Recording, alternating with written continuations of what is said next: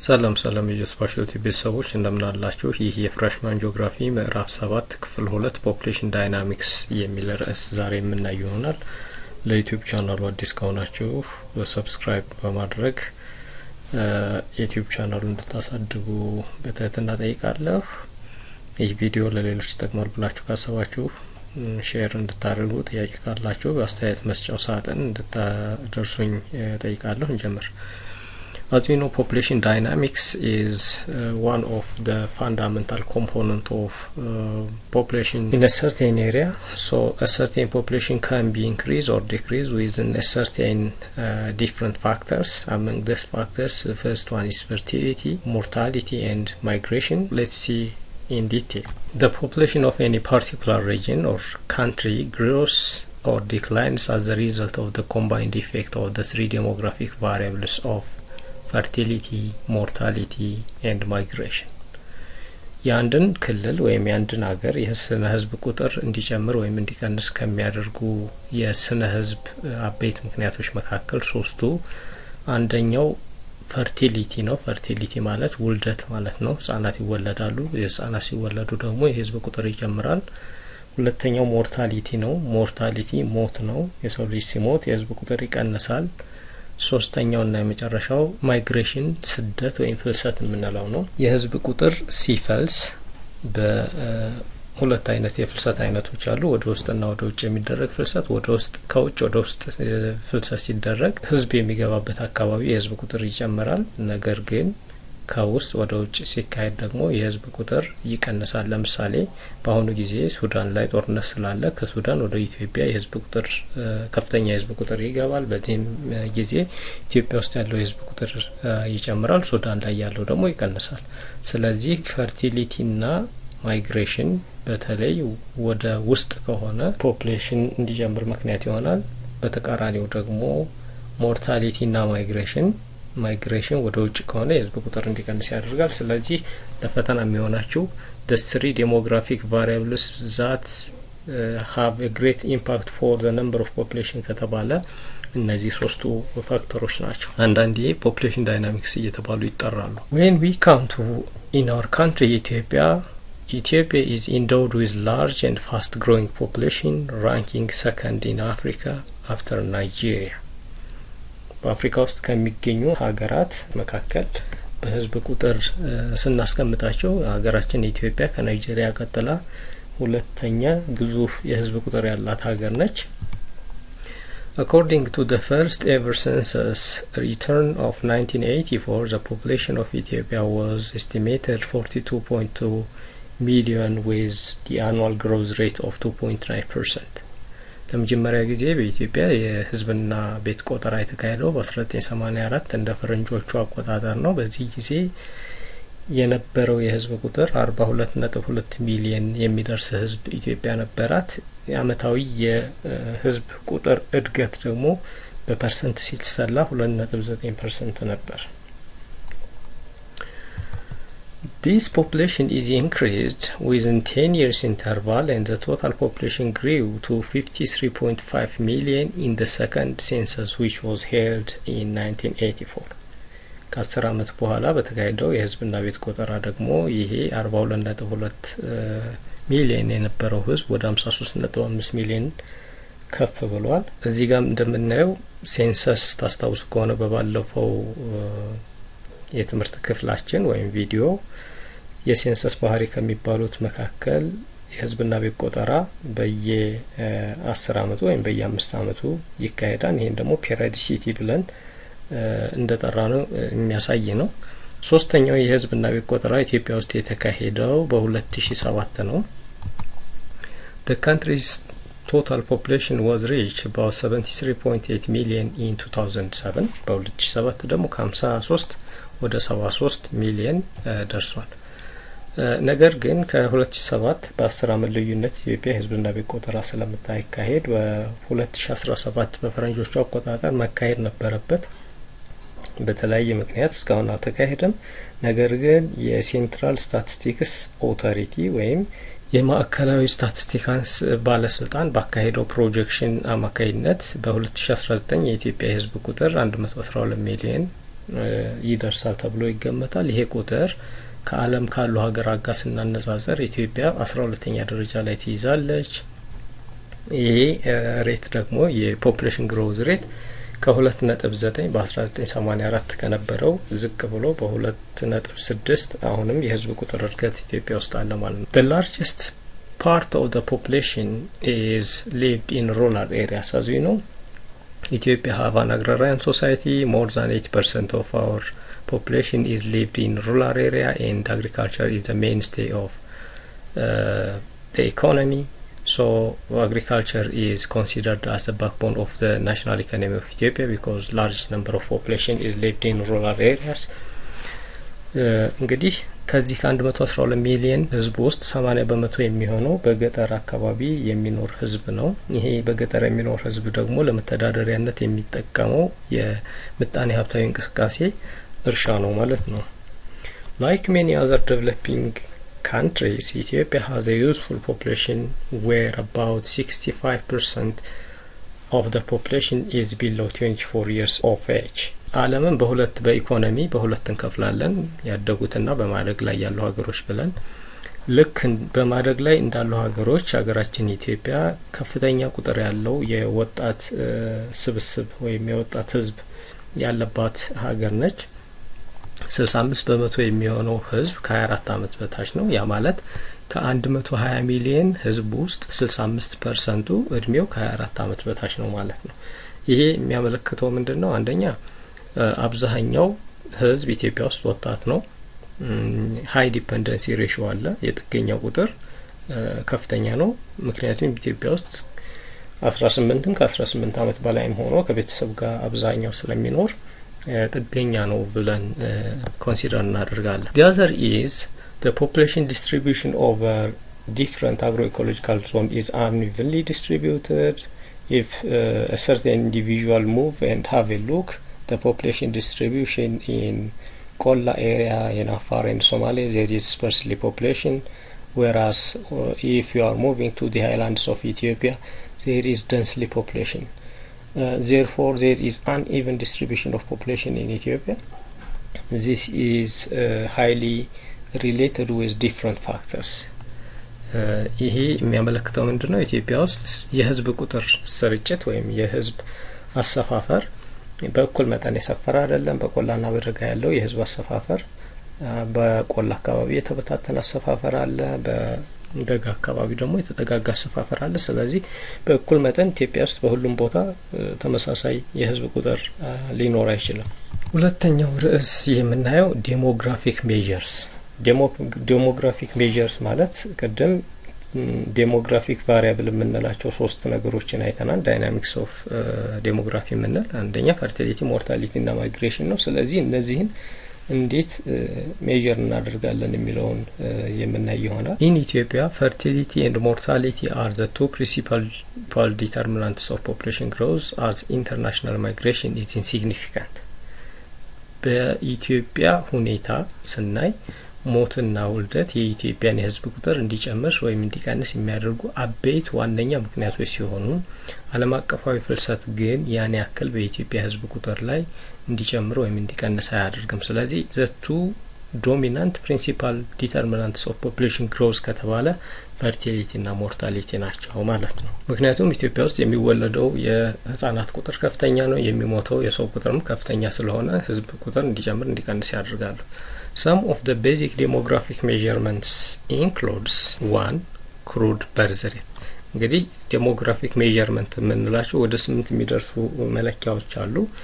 የመጀመሪያው የስነ ህዝብ መለኪያ ክሩድ በርዝ ሬት ነው። ክሩድ በርዝ ሬት ወደ አማርኛ በግርድፉ ስንመልሰው የውልደት መጠን ማለት ነው። It refers to the number of live births per 1000 population። ከ1000 ህዝብ ውስጥ በህይወት የሚወለዱ የህፃናት ቁጥርን መሰረት በማድረግ የምናሰላው እንደሆነ ማየት ያስፈልጋል። ስለዚህ ክሩድ በርዝ ሬትን ለመስራት ወይም ይህን ካልኩሌት ለማድረግ የምንጠቀመው ፎርሙላ አለ።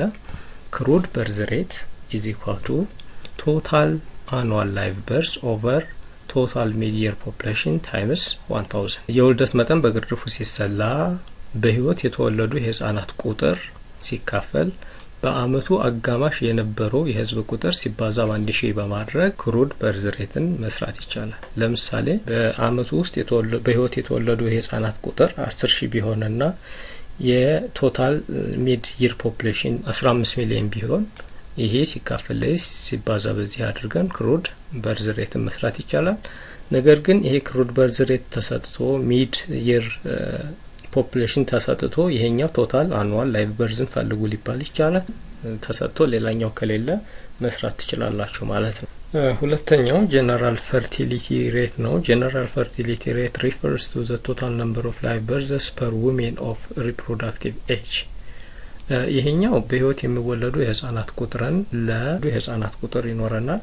እነዛን ህፃናት የሚወልዱ ሴቶች እድሜያቸው ከ15 እስከ 49 እድሜ ያሉ ሴቶችን ብቻ ኮንሲደር አድርጎ በ1000 በማባዛት የምናገኘው ነው። ይሄ ጀነራል ፈርቲሊቲ ሬት የሚባለው ከ15 አመት እድሜ በታች ከ49 አመት እድሜ በላይ ያሉትን እዚህ ፎርሙላ ውስጥ አናስገባም። ሶስተኛው ቶታል ፈርቲሊቲ ሬት ነው። ይሄኛው ከላይኛው የሚለየው ምንድነው? ኢት ሪፈርስ ቱ ዘ አቨሬጅ ነምበር ኦፍ ቻይልድረን ዛት አ ውመን ውድ ሃቭ አት ዘ ኤንድ ኦፍ ሄር ሪፕሮዳክቲቭ ፔሪድ ኢፍ ዘ ከረንት ኤጅ ስፔሲፊክ ፈርቲሊቲ ሬት ሪሜይንስ አንቼንጅድ። ይሄኛው ከሁለተኛው የሚለየው አንዲት እናት በህይወት ዘመኗ ወይም መውለድ በምትችለው እድሜ መውለድ የምትችላቸው የህፃናት ቁጥርን በኤጅ ከፋፍለን ስናሳይ ነው። ለምሳሌ ይሄ ፎርሙላ ቶታል ፈርቲሊቲ ሬት 5 ታይምስ 7 ካታጎሪ አለን። 7 የእድሜ ምድቦች አሉ። እነዚህን ኮንሲደር አድርገን ነው እነዚህ 7 የእድሜ ምድቦች አንደኛው 15 እስከ 19 አመት እድሜ ያላቸው ሴቶች፣ ሁለተኛው ከ20 እስከ 24፣ ሶስተኛው ከ25 እስከ 29፣ አራተኛው ከ30 እስከ 34፣ አምስተኛው ከ35 እስከ 39፣ ስድስተኛው ከ40 እስከ 44፣ ሰባተኛው ከ45 እስከ 49 እድሜ ያሉትን በሰባት ቡድን ከፋፈል። ቢአይ ማለት በህይወት የሚወለዱ የህፃናት ቁጥር ነው። ያ ማለት በዚህ እድሜ ክልል ውስጥ የሚወለዱ የህፃናት ቁጥር። በሁለተኛው ምድብ በ3 እስከ 7 ባሉ የሚወለዱ የህፃናት ቁጥር ይኖረናል። እነዚህ እንደምራለን። ሁለተኛው ደብሊው አይ ማለት ደግሞ ቶታል ነምበር ኦፍ ውሜን አት ኤጅ ግሩፕ የእናቶችን ከ15 አመት እስከ 19 አመት ያሉ የእናቶች ቁጥር እነዚህ የወለዷቸው ሲካፈል ለነዚህ እናቶች ቁጥር ይሄኛው ቡድን የወለደው ሲካፈል ለእናቶች ቁጥር እየተደረገ የሚሰራ ነው ማለት። ስለዚህ ወደ ፎርሙላው ልመልሳችሁና እዚህ ጋር ቶታል ፈርቲሊቲ 5 ታይምስ 7 ግሩፕ ነው። ከ1 እስከ 7 ቡድን አለን። ይሄኛው በህይወት የሚወለዱት የህፃናት ቁጥር ነው። ያ ይሄን ስንሰራ ምንድነው የምናደርገው? ከ15 እስከ 19 አመት እድሜ ያሉ እናቶች የወለዷቸው 5 ቢሆኑ 5፣ ሁለተኛው ቡድን የወለደው 6 ቢሆን 6፣ ሶስተኛው 1 ቢሆን 1። እነዚህ ተደማምረው ሲካፈል እዚህ ጋር ይላሉት ለእናቶች ቁጥር ሲባዛ በ5 አድርገን ከሰራን ይሄን ቶታል ፈርቲሊቲ ሬት ተብሎ ይጠራል ማለት ነው። አራተኛው ክሩድ ዴዝ ሬት ነው። የሞት ቁጥር በግርድፉ ሲሰላ እንዴት እናሰላዋለን የሚለውን ስናይ refers to the number of days per 1000 population in a year በአመት ውስጥ ከ1000 ሰዎች መካከል ስንት ሰዎች ይሞታሉ የሚለውን ለማስላት የሚያገለግል ነው። ይሄ ፎርሙላው ደግሞ ቶታል አኑዋል ዴዝ በአመቱ የሞቱ የሰዎች ቁጥር ሲካፈል በአመቱ አጋማሽ ላለው የህዝብ ቁጥር ሲባዛ በ1000 አድርገን በቀላሉ የክሩድ ዴዝ ሬትን መስራት ይቻላል። አምስተኛው ኢንፋንት ሞርታሊቲ ሬት ነው። ኢንፋንት ሞርታሊቲ ሬት ማለት ደግሞ የህፃናት የሞት ቁጥር ነው። It refers to the total number of days of infants per 1000 live births ከሚወለዱ ህፃናት መካከል ምን ያክሉ ይሞታሉ የሚለው ነው። ያ የሚሰላው ደግሞ ከ1000 ህፃናት መካከል ስንቱ ይሞታሉ የሚለውን ለማስላት የሚያገለግል ፎርሙላ ነው። ስለዚህ ኢንፋንት ሞርታሊቲ ሬት is equal to ቶታል አኑዋል ኢንፋንት ዴዝ በአመቱ የሞቱ የህፃናት ቁጥር ሲካፈል ቶታል ላይቭ በርዝስ ሲባዛ በ1000 ማለት ነው። በዚህ መሰረት ካልኩሌት ማድረግ ትችላላችሁ። ኢንፋንት ሞርታሊቲ draws special attention because of its large size and the heavy impact it has on the current crude death rate in Ethiopia, because there is no adequate health facility, well-trained physicians. Due to this reason, large amount of our children are go to death. Due to this reason, the government of Ethiopia gives special attention to minimize infant mortality rate, and it is also the attention of World Health Organization. ኢንፋንት ሞርታሊቲ ሬት ከፍተኛ የሆነ ቁጥር በኢትዮጵያ ውስጥ ይመዘገባል። ይሄ ደግሞ በተለያዩ ምክንያቶች ሊሆን ይችላል። ከነዚህ ምክንያቶች መካከል በቂ የሆነ የጤና ጣቢያ ወይም የጤና ተቋማት አለመኖር፣ በሙያው የሰለጠኑ ብዛት ያላቸው ሰዎች አለመኖር ለህፃናት ሞት እንደ ምክንያት ይጠቀሳል ማለት ነው። The 2016 Demographic and Health Survey indicates that the infant mortality rate in Ethiopia has decreased from 97 deaths per 1,000 live births in 2000 to 48 in 2016. እዚህ ጋር ምንድነው የሚያሳየው በ2016 በተካሄደ የስነ ህዝብና የጤና የዳሰሳ ጥናት መሰረት በ2000 ዓመተ ምህረት የነበረው ከ1000 ህጻናት መካከል የሚሞቱት ህጻናት ቁጥር 97 ነበር። በ2016 ደግሞ ከ97 ወደ 48 ዝቅ ብሏል። ስድስተኛው ማተርናል ሞርታሊቲ ሬት ነው፣ የእናቶች ሞት ነው። ይሄ ማተርናል ሞርታሊቲ ሬት ብለን የምንጠራው ከመውለድ ጋር ተያይዞ በሚፈጠሩ የፕሬግናንሲ ኮምፕሊኬሽን ወይም መውለድ ውስብስብነት ጋር የጤና ችግር ጋር ተያይዞ ሊፈጠሩ የሚችሉ የእናቶች ሞት ነው። It refers to the deaths of mothers in connection from the pregnancy and birth complication per 1,000 live births. ከ1000 በህይወት ከሚወልዱ ወይም በሰላም ከሚወልዱ እናቶች መካከል የሚሞቱትን የእናቶች ቁጥር ካልኩሌት ለማድረግ የምንጠቀምበት ፎርሙላ ነው። ይሄ ፎርሙላ እንዴት ይሰራል የሚለውን ስናይ maternal mortality rate is equal to total annual maternal days due to birth complication over total live births times 100,000. ከ100,000 እናቶች መካከል ከወሊድ ጋር በተያያዘ ችግር የሚሞቱ የእናቶች ቁጥር ሲካፈል በህይወት ለወለዱ የእናቶች ቁጥር ሲባዛ በ100,000 አድርገን ይሄ maternal mortality rate ካልኩሌት ማድረግ ይቻላል። ሰባተኛው ላይፍ ኤክስፔክታንሲ አት በርዝ ነው። ይሄ ምን ማለት ነው? አንድ ህጻን ሲወለድ በመሬት ላይ ምን ያክል የእድሜ ጣሪያ ይኖራል የሚለውን የምናውቅበት ነው። ስለዚህ ላይፍ ኤክስፔክታንሲ አት በርዝ ሪፈርስ ቱ ዲ አቨሬጅ ነምበር ኦፍ ይርስ አት ኤ ኒውሊ ቦርን ቤቢ ኢዝ ኤክስፔክትድ ቱ ሊቭ። አንድ አዲስ የተወለደ ጨቅላ ህጻን በመሬት ላይ ሊኖር ይችላል ተብሎ የሚገመተው አማካይ የእድሜ ጣሪያ እሱን ላይፍ ኤክስፔክታንሲ ብለን እንጠራለን። ኢት ኢዝ ዩዝድ አስ ኤ ሰመሪ ሜዥር ኦፍ ሞርታሊቲ ኤክስፒሪየንስ ኦፍ ዘ ሆል ፖፑሌሽን። ይሄ ላይፍ ኤክስፔክታንሲ ስለ አንድ ሀገር የህዝብ አጠቃላይ መረጃ ሊሰጥ ይችላል።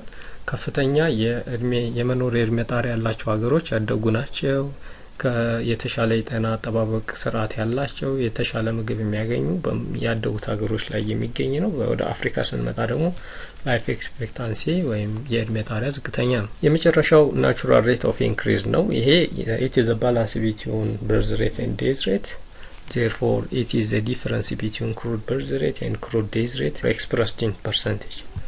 ይህን ናቹራል ኢንክሪዝ ለመስራት በአመት ውስጥ የተወለደው ህጻናት ቁጥር ሲቀነስ የሞተው የህዝብ ቁጥር አድርገን ናቹራል ኢንክሪዝ እናገኛለን ማለት ነው። ከዚህ ቀጥሎ የምናየው የሞትና የውልደትን ሁኔታ በኢትዮጵያ ውስጥ ምን እንደሚመስል እናያለን።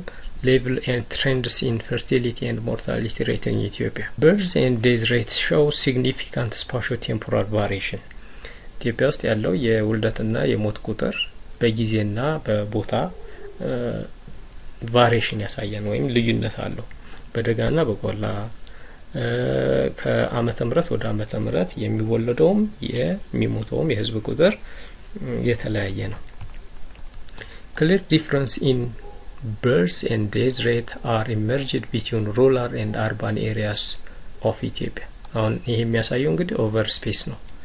ስፓሻል ማለት ስፔስ ቦታን መሰረት በማድረግ ነው። ስለዚህ እዚህ ላይ አሁን ምንድነው ክላሲፋይ ያደረግነው ኢትዮጵያን ገጠርና ከተማ ብለን በሁለት ብንከፍል በገጠርና በከተማ ያለው የውልደትና የሞት መጠን የተለያየ ነው። urban area have lower birth and death compared to rural areas, implying that the living and health conditions are better and perhaps family planning program is gained ground። በገጠርና በከተማ ያለውን የውልደትና የሞት ቁጥር ስናይ በከተማ ዝቅተኛ ልጆች ይወለዳሉ፣ የሚሞተው የህዝብ ቁጥርም ዝቅተኛ ነው። በገጠር ስንመጣ ደግሞ የሚወለደውም የሚሞተውም የህዝብ ቁጥር ከፍተኛ ነው። ይሄ የሚያመለክተው በከተማ አካባቢ የተሻለ የጤና አጠባበቅ ስርዓት አለ፣ የተሻለ የፋሚሊ ፕላኒንግ ወይም የቤተሰብ ምጣኔ ስርዓትን በከተማ ስለሚጠቀሙ ዝቅተኛ የሆነ ውልደት መጠን አለ፣ የተሻለ ጤና አጠባበቅ ስርዓት ስላለ የሚሞተው የህዝብ ቁጥር ዝቅተኛ ነው። በገጠር ስንመጣ ከፍተኛ የሆነ የውልደት መጠን አለ ካል ፋሚሊ ፕላኒንግ ወይም የቤተሰብ ምጣኔ አገልግሎት በገጠር አካባቢ አይሰጥም፣ ቢሰጥም በቂ አይደለም። የጤና አገልግሎት ደግሞ ዝቅተኛ ስለሆነ የሚሞተው የህዝብ ቁጥር ከፍተኛ ይሆናል ማለት ነው። Women in rural area have an average of 5.2 children compared to 2.3 children among women in urban area። በገጠር ያለች እናት በአማካይ 5.2 ልጆችን ትወልዳለች ተብሎ ይታሰባል። በከተማ የምትኖር እናት ደግሞ 2.3 ልጆችን ትወልዳለች ተብሎ ይታሰባል። ይሄ የሚያመለክተው በከተማ የተሻለ ፋሚሊ ፕላኒንግ እንዳለና በገጠር ደግሞ ፋሚሊ ፕላኒንግ ወይም የቤተሰብ ምጣኔ አገልግሎት ያን ያክል እንዳልሆነ የሚያሳይ ነው። When we see total fertility rate by region in 2016, fertility was the lowest in Addis Ababa 1.8 children per woman, followed by Dredwa 3.1, Gambela 3.5 and Amhara 3.7። ይህም በ2016 ዓመተ ምህረት ያለውን ስናይ በአዲስ አበባ ዝቅተኛ ህጻናት ይወለዳሉ 1.8 በእናት አንዲት እናት 1.8 ልጆችን ትወልዳለች። ድሬዳዋ ያለች እናት 3.1 ልጆችን ትወልዳለች። ጋምቤላ ያለች 3.5፣ አማራ 3.7። ስለዚህ ይሄ የሚያሳየው ከቦታ ወደ ቦታ ስንሄድ ቶታል ፈርቲሊቲ ሬቱ የተለያየ እንደሆነ የሚያሳይ ነው። እዚህ ጋር ቁጥሮቹን መያዝ ለፈተና ይጠቅማል ብዬ አልገምትም ፐርሰናሊ። ነገር ግን በገጠርና በከተማ ያለው የውልደት እና የሞት መጠን ምን ይመስላል የሚለውን ትረንድ ለማሳየት ነው። ይሄ የ2016 ነው። በተለያየ አመት የተለያየ ቁጥር ስላለው regions that have total fertility rate more than the national average are Somali, Afar, Oromia and Tigray። ከፍተኛ የውልደት መጠን ያለባቸው ክልሎች ከብሔራዊ አማካይ በላይ የሆኑት ሶማሊያ አንዲት እና 7.2 ልጆችን ትወልዳለች። አፋር 5.5፣ ኦሮሚያ 5.4፣ ትግራይ 4.7 ልጆች ይወለዳሉ ማለት ነው። Recently fertility is showing decline trend። በአሁኑ ጊዜ የሚወለዱ የህፃናት ቁጥር ከጊዜ ወደ ጊዜ የቀነሰ የመጣበት ሁኔታ አለ። ይህን ለምን የሚለውን እናንተ ማሰብ ትችላላችሁ። ከጤና ጋር ከኢኮኖሚ ጋር ተያይዞ በአሁኑ ጊዜ ኢትዮጵያ ውስጥ የሚወለዱ የህፃናት ቁጥር ከጊዜ ወደ ጊዜ እየቀነሰ እንደመጣ ጥናቶች ያመለክታሉ። Total fertility rate declined from 7.52 in 1984 to 6.74 in 1994 and currently the women in Ethiopia have an average of 4.6። በአሁኑ ጊዜ አንዲት የኢትዮጵያ እናት የምትወልዳቸው የልጆች ብዛት 4.6 ህጻናት ነው። ነገር ግን በ1984 በተካሄደው የህዝብና ቤት ቆጠራ አንዲት እናት 7.52 ልጆችን ትወልድ ነበር። በ1994 ከ7.52 ወደ 6.74፣ በአሁን ደግሞ 4.6 ደርሷል ማለት ነው። ይሄ የሚያሳየው ከጊዜ ወደ ጊዜ አንዲት እናት የምትወልዳቸው የልጆች ቁጥር እየቀነሰ መምጣቱን ያሳያል ማለት ነው። Similarly, mortality rate are also showing decline trend። በተመሳሳይ በኢትዮጵያ ውስጥ የሚሞተው የህዝብ ቁጥርም ከጊዜ ወደ ጊዜ እየቀነሰ መጥቷል። Before 2000, almost all regional states recorded more than 100 infant deaths per 1000 live births, but in 2011 infant mortality rate is in all regions was lower than 100 except the Benishangul Gumuz። ከ2000 ዓመተ ምህረት በፊት በሁሉም የብሔራዊ ክልላዊ መንግስቶች ላይ በተጠናው ጥናት ወይም በተገኘው መረጃ መሰረት የሚሞቱት የህፃናት ቁጥር ከ1000 ከመቶ በላይ ነበር። ያ የሚያመለክተው ምንድነው? ከ1000 ህፃናት በህይወት ከሚወለዱ 1000 ህፃናት መካከል 100 ከመቶ በላይ ይሞቱ ነበር ማለት ነው። ነገር ግን ከ2011 ወዲህ ባለው የህፃናት የሞት ቁጥር ከ100 በታች ዝቅ ብሏል። ነገር ግን ቤንሻንጉል ጉሙዝ አሁንም ድረስ ከ100 በላይ ህጻናት የሚሞቱበት አካባቢ ወይም ክልል ነው። ሞርታሊቲ ሬት ኦልሶ ሾውስ ኮንሲደራብል ቫሪዬሽን ባይ ሪጅንስ። የሞት ቁጥር ከክልል ወደ ክልል ስናነጻጽር ወይም በክልሎች መካከል ያለው ስናወዳደር የሞት ቁጥር ልዩነት አለ። ለምሳሌ በ2016 የህጻናት የሞት ቁጥር በሀገር አቀፍ ደረጃ 54 ነበር። ይሄ 54 ማለት ከ1000 ህጻናት መካከል ከሚወለዱት 1000 ህጻናት መካከል 54 ይሞቱ ነበር ማለት ነው። መቼ? በ2016። ከዚህም ደግሞ ይሄ በሀገር አቀፍ ደረጃ ነው፣ ከተማና ገጠርን መሰረት በማድረግ ከዚህ ደግሞ 48 የሚሆኑት በከተማ ከሚወለዱ 1000 ህጻናት መካከል 48ቱ በከተማ ያሉ ይሞታሉ። ገጠር ከሆነ ደግሞ 62ቱ ከ1000 መካከል ይሞታሉ። Accordingly, the lower than the national average infant mortality rate was recorded in Addis Ababa, followed by Somali and Gambella, while higher infant mortality was recorded in Benshangul Gumuz, followed by Southern Nationality People's Region and Tigray. የሀገሪቱ አማካኝ የህጻናት የሞት ቁጥር 54 ነው ብያቸዋለሁ። ከ1000 መካከል 54 ይሞታል። ይሄ የብሔራዊ አማካይ ሲሆን ከ54 በታች የሚሞትባቸው የህጻናት ቁጥር ያላቸው ቦታዎች አሉ። ለምሳሌ አዲስ አበባ፣ ሶማሌና ጋምቤላ ከ54 ህጻናት በታች ነው የሚሞቱት። ነገር ግን በቤንሻንጉል ጉሙዝ፣ በደቡብና በትግራይ የህጻናት የሞት ቁጥር ከ54 በላይ ነው ማለት ነው። The other is life expectancy. As far as life expectancy at birth is concerned, Ethiopia increased from about 36.7 years in 1960s to 62.6 years in 2016. እድሜ ጣሪያ በኢትዮጵያ ሲታይ በ1960ዎቹ ኢትዮጵያ ውስጥ ያለ አንድ ሰው አማካይ የመኖር የእድሜ ጣሪያው 36.7 አመት ነበር። በ2016 ደግሞ 62.6 አመት ይኖራል ተብሎ ይታሰባል። ይሄ ላይፍ ኤክስፔክታንሲ የተሻለ ኢትዮጵያ ውስጥ እንዳለው የሚያሳይ ነው። ይህን በህይወት የመኖር የእድሜ ጣሪያን ደግሞ በወንድና በሴት መካከል ያለውን ለይቶ ማየት ይቻላል። Female life expectancy is 65.4 years, is about 4 years higher than the male life expectancy that is 61.2 years. ሴቶች ኢትዮጵያ ውስጥ ያለ የእድሜ ጣሪያ ያላቸው ኢትዮጵያ ውስጥ 65.4 አመት መሬት ላይ የኢትዮጵያ ሴቶች ይኖራሉ ተብሎ ይታሰባል። ወንዶች ደግሞ 61.2 አመት ይኖራሉ ተብሎ ይታሰባል። ስለዚህ የእድሜ የመኖር ጣሪያ በሴትና በወንድ መካከልም ልዩነት አለ ማለት ነው። ሌላኛው ላይፍ ኤክስፔክታንሲ አት በርዝ ኢዝ ግሬተር ፎር አርባን ኤሪያስ ዛን ሩራል ኤሪያ። በወንድና በሴት መካከል ያለውን ስናይ ሴቶች ብዙ አመት ይኖራሉ፣ ወንዶች በአንጻራዊነት ዝቅ ያለ እድሜ ይኖራሉ ኢትዮጵያ ውስጥ።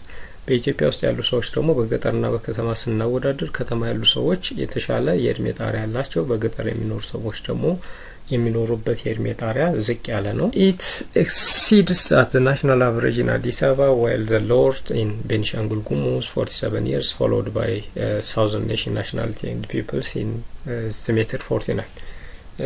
የእድሜ ጣሪያን በክልል ስናይ ደግሞ ከፍተኛ የእድሜ ጣሪያ ወይም ብዙ አመት የሚኖሩት አዲስ አበባ የሚኖሩ ሰዎች ናቸው። ዝቅተኛ የእድሜ ጣሪያ ያላቸው ደግሞ የቤኒሻንጉል ጉሙዝ ነዋሪዎች ናቸው። ቤኒሻንጉል ጉሙዝ ያለ አንድ ሰው በመሬት ላይ 47 አመት ይኖራል ተብሎ ይታሰባል። ከዚህ ቀጥሎ ደግሞ ዝቅተኛ የእድሜ ጣሪያ ያለው ደቡብ ላይ የሚኖሩት 49 አመት ይላል ጥናቱ። The highly high life expectancy and low infant mortality rate for Addis Ababa may result from relatively easy access to health service. ከላይ ያለውን ስናይ አዲስ አበባ ላይ ዝቅተኛ የህፃናት የሞት ቁጥር አለ ብለናል። ዝቅተኛ የሆነ የእድሜ ጣሪያ አለ ብለናል። ይሄ ደግሞ የሚያያዘው አዲስ አበባ ላይ የተሻለ የሕክምና አገልግሎት የሚሰጥበት ከተማ ነው። እዚህ ጋር እንግዲህ ኮምፔር እናድርግ ሀገራችን ኢትዮጵያን በአፍሪካ ቀንድ ካሉ ሀገራትና ዓለም ላይ ከሚገኙ ሀገራት ጋር ስናወዳደር እዚህ ጋር ኢትዮጵያ አለች። እዚህ የምናወዳደረው ሶስት ነገሮችን ነው። አንደኛ ኢትዮጵያ ውስጥ የሚወለዱ የህፃናት ቁጥር፣ የሚሞቱ የሰዎች ቁጥርና የእድሜ ጣሪያን ነው። ኢትዮጵያ የሚወለዱ የህፃናት ቁጥር 36.5 ናቸው ተብሎ ይታሰባል። ክሩድ ዴዝ ሬት 7 ነው። ኢንፋንት ሞርታሊቲ ሬት 49.6 ነው። ላይፍ ኤክስፔክታንሲ 62.6 አካባቢ ነው። ስለዚህ ኢትዮጵያ ውስጥ ከፍተኛ የሆነ የውልደት በአንጻራዊነት የሞት መጠን እየቀነሰ እንደመጣ ያሳያል። የህፃናት የሞት ቁጥር ግን በጣም ከፍተኛ ነው። ላይፍ ኤክስፔክታንሲም ዝቅተኛ ነው። ኬንያ ጎረቤት ሀገር ኬንያ የሚወለዱት 23.9 ነው። ስለዚህ በሚወለዱ የህዝብ ቁጥር ኢትዮጵያ ትበልጣለች። የሞት ቁጥር 6 ነው። አሁንም በሞትም ኢትዮጵያ ትበልጣለች። ኢንፋንት ሞርታሊቲ ሬት ስታዩት የህፃናት የሞት ቁጥር ኬንያ ላይ 37 ነው። ከ1000 ህፃናት መካከል 37ቱ ይሞታሉ። ኢትዮጵያ ውስጥ ግን ኦልሞስት 50 ህፃናት ይሞታሉ ማለት ነው። የእድሜ ጣሪያ ኬንያ ትበልጣለች። ጎረቤት ሀገር ሶማሌ 36.6 ኦልሞስት በውልደት እኩል ናቸው። በሞት ቁጥር ሶማሊያ ትበልጣለች። ኢንፋንት ሞርታሊቲ ሬት 94 ነው። ከ1000 መካከል 94 ይሞታሉ። ላይፍ ኤክስፔክታንሲም እንዲሁ። እንግዲህ እዚህ ጋር ሌሎች ሀገሮች አሉ ኮምፔር ማድረግ ይቻላል። ነገር ግን ከፍተኛ የሆነ ልዩነት ያላቸውን ብናይ ለምሳሌ ሎስት ቫሉ የሚለውን ሞናኮ which is found in France የሚወለዱት የህፃናት ቁጥር 6.6 ነው። ኳታር የሚሞተው የሰው ቁጥር 1.5 ነው። ከ1000 ሰው መካከል 1 ነው የሚሞተው ማለት ነው። ሞናኮ 1.8፣ ቻድ ላይፍ ኤክስፔክታንሲ 50.6። እዚህ ጋር ኮምፔር ኤንድ ኮንትራስት በማድረግ ኢትዮጵያ ውስጥ ያለው የሞት የፍልሰት የውልደት እና የእድሜ ጣሪያን ማየት ይቻላል። እንግዲህ እዛ ጋር ቴብሉ ላይ እንዳየነው ከሆነ የዓለም ሀገራትን በሁለት እንከፍላለን፣ ያደጉትና በማደግ ላይ ያሉ ብለን። በሁለቱ ባደጉት ሀገሮችና በማደግ ላይ ባሉ ሀገሮች ያለው ዴሞግራፊክ ሬት የተለያየ ነው። all demographic rates are higher and life expectancies are low for developing countries። ይሄ ዋናው ኮንሰፕት እስካሁን ስናወራው ያዋልነው ማጠቃለያ ይሄ ነው። ሁሉም ዴሞግራፊክ ሬት የሚባሉት ሞርታሊቲ፣ ፈርታሊቲ የሚባሉት ሞት፣ ውልደት፣ ፍልሰት በማደግ ላይ ባሉ ሀገሮች ቁጥራቸው ከፍተኛ ነው። ነገር ግን በመሬት ላይ የመኖር የእድሜ ጣሪያ በማደግ ላይ ባሉ ሀገሮች ወይም እንደ አፍሪካ ያሉ ሀገሮች ዝቅተኛ ነው። የዚህ ተቃራኒ ደግሞ ባደጉት ሀገሮች ያለ ነው ማለት ነው። even among 5 neighboring countries as a part of the developing world, Ethiopia's infant mortality rate is higher than Kenya, Eritrea, Djibouti, given Ethiopia has the lowest life expectancy among the countries. ሀገራችን ኢትዮጵያን ካሉት ጎረቤት ሀገሮች ጋር ስናወዳደር በህፃናት የሞት ቁጥር ከኬንያ፣ ከኤርትራ፣ ከጅቡቲ ትልቃለች ማለት ነው። ስለዚህ ብዙ ቁጥር ያላቸው ህጻናት ኢትዮጵያ ውስጥ ይሞታሉ። ህጻናት ሞቱ ማለት ደግሞ የላይፍ ኤክስፔክታንሲን እንዲወርድ ምክንያት ይሆናል። It is wise to note that Ethiopia crude birth rate, crude death rate and infant mortality rate are about 5.5, 4.7 and 27.5 times greater than the countries that have the lowest crude birth rate, crude death rate and infant mortality rate in the world respectively. ዓለም ላይ ካሉ ሀገራት ጋር ሀገራችን ኢትዮጵያን ስናወዳድራት የውልደት የሞትና የህፃናት የሞት ቁጥርን ስናወዳድር ኢትዮጵያ የሚወለዱ ህጻናት ከዓለም ጋር ስናወዳድር በ5.5 ይበልጣል። ስለዚህ ከፍተኛ ውልደት መጠን አለ ማለት ነው። የሚሞተው መጠን ደግሞ 4.7። የህጻናት የሞት ቁጥር ደግሞ ባደጉት ሀገሮች ጋር ስናወዳድረው 27.5 ጊዜ የሚበልጡ ህጻናት ኢትዮጵያ ውስጥ ይሞታሉ ማለት ነው። People living in the country where highest life expectancy at the global level live about 27 years more than ours. ከፍተኛ የእድሜ ጣሪያ ያላቸው ሀገሮችን ከኢትዮጵያ ጋር ስናወዳድረው ለምሳሌ አንድ ስዊድን ሀገር የሚኖር ሰው ኢትዮጵያ ውስጥ ከሚኖር አንድ ሰው ጋር ብናወዳድር 27 አመት የበለጠ እድሜ የመኖር እድል አለው ማለት ነው። ስለዚህ በ27 አመት የኢትዮጵያ የእድሜ ጣሪያ ዝቅ ያለ ነው እንደማለት ነው። It is only the war-torn Somalia that has the highest death rate and the lowest life expectancy from the neighboring. ከኢትዮጵያ ጎራባቾች ሀገሮች መካከል በጦርነት የተጎዳችው ሶማሌ በላይፍ ኤክስፔክታንሲ እሷን ብቻ ነው የምንበልጠው። አሁን ግን ሶማሌንም ስለመብለጣችን ማረጋገጫ የለም። ምክንያቱም በቅርብ ጊዜ የተካሄደ የናሙናም ይሁን የህዝብና ቤት ቆጠራ የለም። ስለዚህ ላይፍ ኤክስፔክታንሲው ሶማሌ ላይ በጦርነት በበሽታ በረሃብ አማካኝነት ዝቅ ያለበት ሁኔታ ስላለ ማለት ነው። It is also important to note that difference between developing and developed countries in crude death rate is not high as the difference in birth rate. The main reason for this is some degree of improvement in medical services in most developing countries during the last few decades. በቅርብ ጊዜ የሞትም የውልደትም መጠን በማደግ ላይ ባሉ ሀገሮች እየቀነሰ መጥቷል። ይሄ ደግሞ ማደግ ላይ ባሉ ሀገሮች የጤና ተቋማት እየተስፋፉ በመምጣታቸው ጋር ተያይዞ በተወሰነ ደረጃ የሞት የውልደት መጠን እንዲቀንስ ምክንያት ሆኗል። As opposed to declining death rate, birth rate have remained higher due to little family planning practice and lack of population education. ውስን የሆነ የቤተሰብ ምጣኔ አገልግሎት መኖርና የህዝቡ የትምህርት ደረጃ አናሳ መሆን አንደኛው ምክንያት ነው።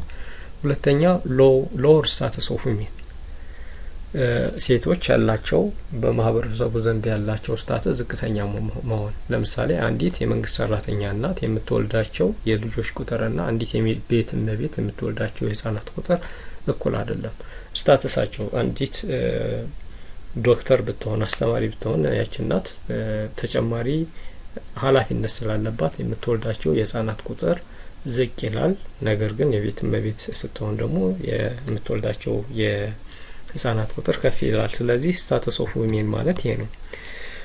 ሌላው በገጠሪቱ የኢትዮጵያ ክፍል የተለመደው ኤርሊ ማሬጅ ነው፣ ቀድሞ ወደ ጋብቻ መግባት።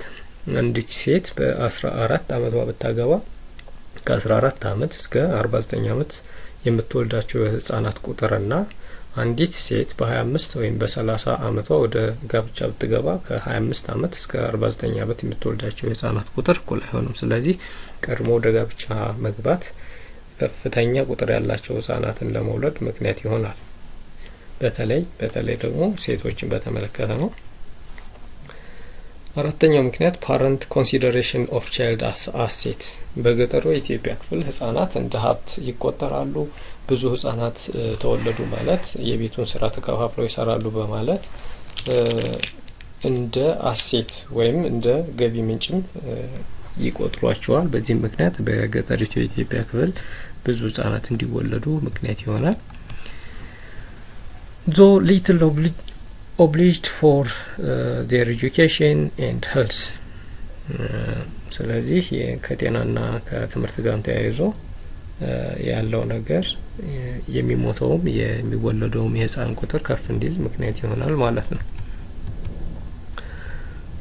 The relatively high infant and child mortality rate that trigger couples to have more births to compensate for the loss and perhaps religious influence. ሌላኛው ምክንያት ምንድነው? በገጠር አካባቢ የሚሞቱት የህፃናት ቁጥር ከፍተኛ ነው ብለናል። ይሄም ከጤና ጋር ተያይዞ ከጤና ተቋማት ጋር ከስነ ምግብ ጋር ተያይዞ የሚሞቱት የህፃናት ቁጥር ከፍ ስለሚል እነዚህን ህፃናት የሞቱትን ለማካካስ ሲባል በየአመቱ ቶሎ የመውለድና የህዝብ ቁጥር እንዲጨምር ምክንያት ይሆናል። ሌላኛው ደግሞ አንዳንድ ሃይማኖቶች ህፃናት እንዲወለዱ የሚያበረታቱ ፖሊጋሚ ወይም ሁለት ሶስት ሚስቶችንም እንዲያገቡና እንዲወልዱ የሚያበረታቱ ስላሉ ሃይማኖቶችም የራሳቸው ተጽዕኖ አላቸው ማለት ነው። Countries of the Horn of Africa have perhaps population growth rate that exceeds 2.6%. በምስራቅ አፍሪካ ያሉ ሀገሮች ከፍተኛ የህዝብ ቁጥር እድገት አላቸው። ይሄም በአመት በ2.6 በመቶ ከፍ እያሉ ወይም እያደጉ ይመጣሉ። Their population is growing faster and the annual addition to the total population is enormous. በየአመቱ በዚህ ያህል ፐርሰንት የህዝብ ቁጥር ሲጨምር የዓለም የህዝብ ቁጥርም የአፍሪካ አህጉር የህዝብ ቁጥርም የኢትዮጵያም የህዝብ ቁጥር ከአመት ወደ አመት እየጨመረ እንደሚሄድ ያመላክታል። Some of the consequences of this rapid population growth and the condition of a slowly growing economy includes እዚህ ጋር አሁን መያዝ ያለብን ኢትዮጵያ ውስጥ ያለው የህዝብ ቁጥር እድገት በጣም ከፍተኛ ነው። ነገር ግን ያለው ምጣኔ ሀብታዊ እድገት ወይም ኢኮኖሚያዊ እድገት ዝቅተኛ ስለሆነ በአንድ በኩል ከፍተኛ የሆነ የህዝብ ቁጥር እድገት አለ፣ በሌላ በኩል ደግሞ የተንቀራፈፈ ኢኮኖሚያዊ እድገት አለ። እነዚህ የሚያስከትሉ ችግሮች ምንድናቸው የሚለውን ስናይ አንደኛ ሎወር ፐር ካፒታል ግሮስ ናሽናል ፕሮዳክት ዝቅተኛ የሆነ የፐር ካፒታል ኢንካም ወይም የገቢ አናሳ መሆን ይፈጥራል። ኢንክሪዝድ አንደር ኢምፕሎይመንት ኤንድ አንኢምፕሎይመንት የስራ አጦች ቁጥር ከፍተኛ ይሆናል። ከዛ በተጨማሪ ደግሞ ሙያቸውን ትተው ያለ ሙያቸው ዝቅ ብለው የሚሰሩ የሰራተኞች ቁጥር ከፍተኛ እንዲሆን ምክንያት ይሆናል። ማውንቲንግ ሶሻል ኢልስ such as destitution, begging, theft and prostitution ማህበራዊ የሆኑ ችግሮችን ወይም በሽታዎችን ይወልዳል። ልመና፣ ስርቆት፣ ሴተኛ አዳሪነት እንዲህ አይነት ነገር እንዲፈጠር ምክንያት ይሆናል። ከፍተኛ የህዝብ ቁጥር መኖርና ዝቅተኛ ኢኮኖሚያዊ እድገት መኖር እንደዚህን ያመጣል። ሌላኛው continuous inflation that erodes purchasing power of a currency ከጊዜ ወደ ጊዜ የሀገሪቱ የገንዘብ የመግዛት አቅም እየወረደ ይመጣል። ለምሳሌ ኢትዮጵያ ውስጥ የዶላር ምንዛሬ ከ20 ምናምን ብር ወደ በቀጥታ ወደ 50 ምናምን ገብቷል። ይሄ የሚያሳየው ከፍተኛ የሆነ የህዝብ ቁጥር እድገት ከኢኮኖሚው ጋር የተመጣጠነ ባለመሆኑ የሀገሪቱ የመገበያያ ገንዘብ የመግዛት አቅም ዝቅ እያለ ይሄዳል። shortage of cultivated land and food shortage የህዝብ ቁጥር ሲጨምር የምግብ ፍላጎት ይጨምራል። የምግብ ፍላጎትን ሚት ለማድረግ ደግሞ ዲፎሬስቴሽን ይኖራል፣ ደኖች ይጨፈጨፋሉ።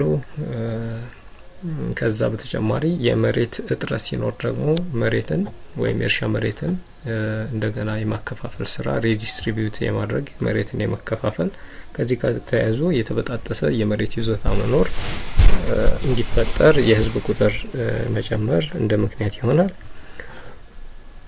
overcrowding of infrastructural and social facilities, housing problems and increasing in urban slum and squatter settlement በጣም ከፍተኛ የህዝብ ቁጥር ሲኖር የሚሰሩት መሰረተ ልማቶች ከህዝቡ ጋር ስለማይመጣጠኑ የቤት ችግር ይኖራል።